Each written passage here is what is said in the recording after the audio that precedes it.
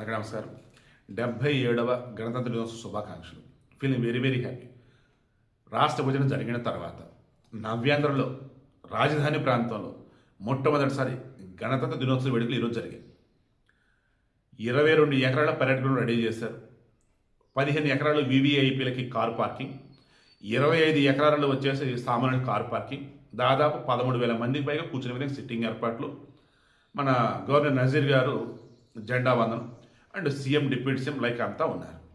So video main interest ఏంటంటే ఏం లేదండి, రాష్ట్ర విభజన జరిగిన తర్వాత రాజధాని అమరావతి అని చెప్పేసి డిక్లేర్ చేసుకున్న తర్వాత కూడా ఆ రాజధాని ప్రాంతంలో ఇంతవరకు రిపబ్లిక్ వేడుకలు జరగలేం.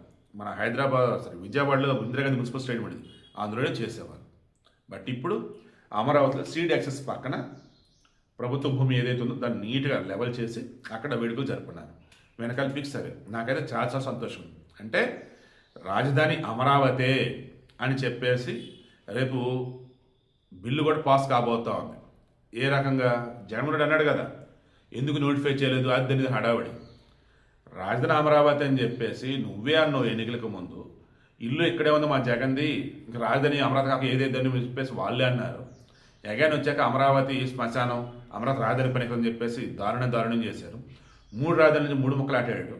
అక్కడ రుషికొండను తొలిచేసి ప్యాలెస్ దగ్గర కట్టాడు, పనికి రాకుండా అలాగే ఉంది. సో అంతిమంగా చెప్పాల్సి వస్తే విధ్వంసం చేసి ఇప్పటికే విషయం చెబుతున్నటువంటి వైసీపీ వాళ్ళు ఈరోజు అమరావతిలో జరిగిన రిపబ్లిక్ డే వేడుకలు చూస్తే సిగ్గుపడండి. మీకు అంది వచ్చిన అవకాశాన్ని చేజేతున్న కాలదన్నారు.